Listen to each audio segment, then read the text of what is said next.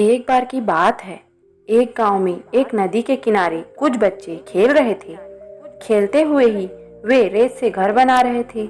खेल खेल में किसी बच्चे का पांव रेत से बने किसी घर पर लग जाता तो वो टूट जाता।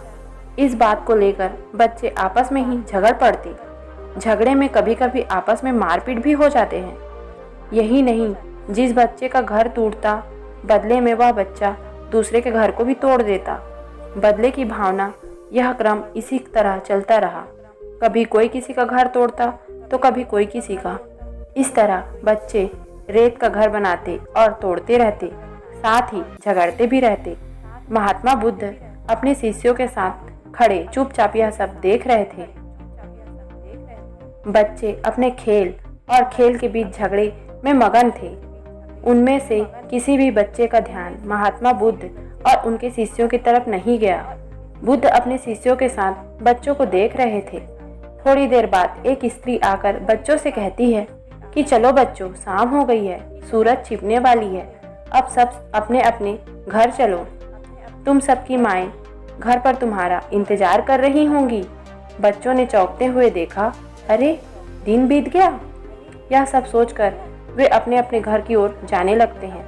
लेकिन यह क्या, वे घर जाने से पहले अपने बनाए घरों को खुद को तोड़कर जा रहे हैं,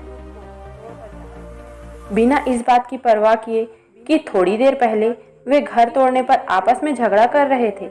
लेकिन इस समय उन बच्चों को इस बात से कोई फर्क नहीं पड़ रहा था कि कौन किसका घर तोड़ रहा है।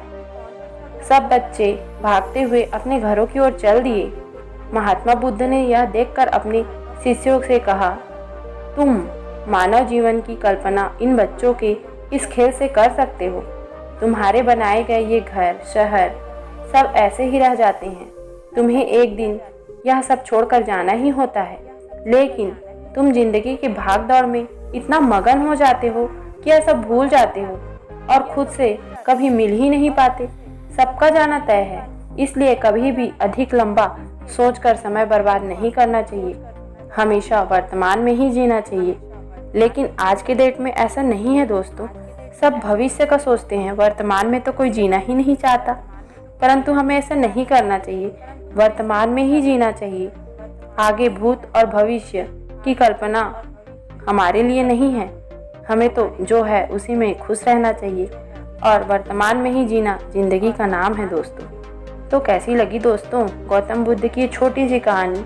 अगर कहानी पसंद आई होगी तो मेरे चैनल को लाइक कर दीजिएगा, शेयर कर दीजिएगा और सब्सक्राइब भी कर दीजिएगा दोस्तों। धन्यवाद दोस्तों। फिर मिलते हैं ऐसी ही कोई नई कहानी के साथ।